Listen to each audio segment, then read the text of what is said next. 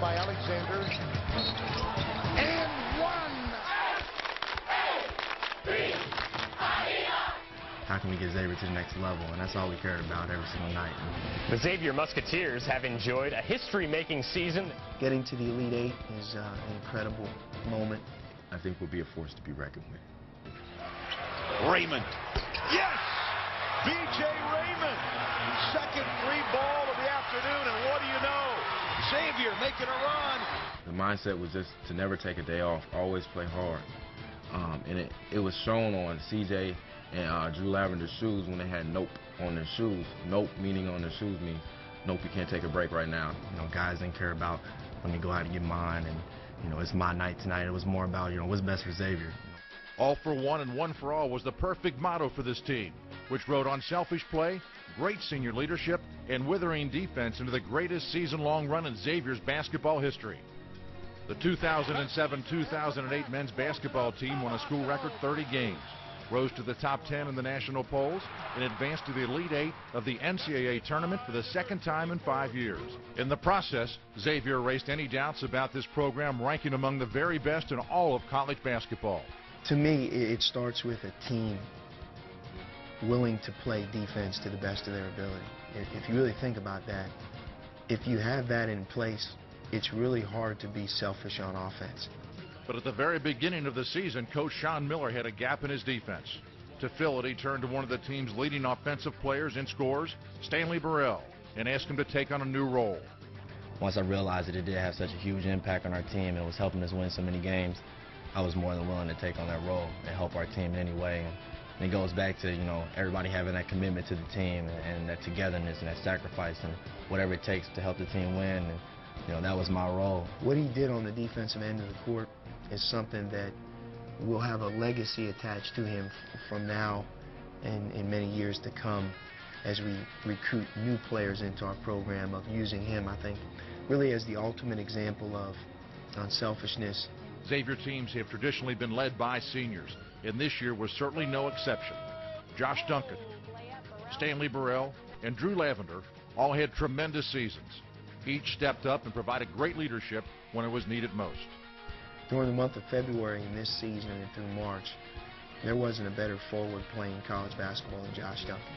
He made big plays, learned to be more aggressive, closer to the basket, became a true leader. Drew Lavender, obviously from the moment he touched the ground here at Xavier, he became something that's much needed in any team, and that is just a pure quarterback, a coach on the floor, someone who makes the game easier for his teammate. Stanley Burrell, he became not only a better player all around, not just a scorer, but became an incredible teammate, and I think it's fairly obvious he was our team's heart and soul this year. The Musketeers began the season by playing possibly the toughest non-conference schedule in school history. They played and defeated teams such as Indiana, Kent State, Creighton, Kansas State, Virginia, and Auburn, and nearly defeated a Tennessee team that later rose to a #1 national ranking. You learn more about your team when you challenge them greatly, and just watching our team beat Kent State and come back with unbelievable purpose against a great Indiana team at the time and be able to win that championship on a neutral court, I thought was a telling sign for me that this team was really special and we had it in us throughout the course of the season. After all, this week's AP poll ranks the Muskies the 9th best team in the country, the highest such ranking in the Sean Miller era. Throughout the season, the national media lavished unprecedented praise and attention on the team and program. Drew Lavender even became the first Xavier player to grace the cover of Sports Illustrated. With another A-10 championship under its belt, Xavier geared up for its 3rd straight NCAA tournament appearance and was rewarded for a season well played with a #3 seed for only the 2nd time in school history. When I saw that we were going to play Georgia in the first game, it was an uncomfortable feeling because part of what you earn as a #3 seed is, I think, some first game jitters from your opponent, a team maybe that hasn't been there and done it, that hasn't been on that big stage, maybe as much as you have. It was kind of like, wow, we were just cheering for them, hoping they could get in, and now we have to go against them. Xavier was down by 9 at the half of that first round game, but the Musketeers were not done playing basketball. At halftime, after Coach did his little screaming, a little screaming session, of course, yelling at us, and we knew that he didn't have to do that.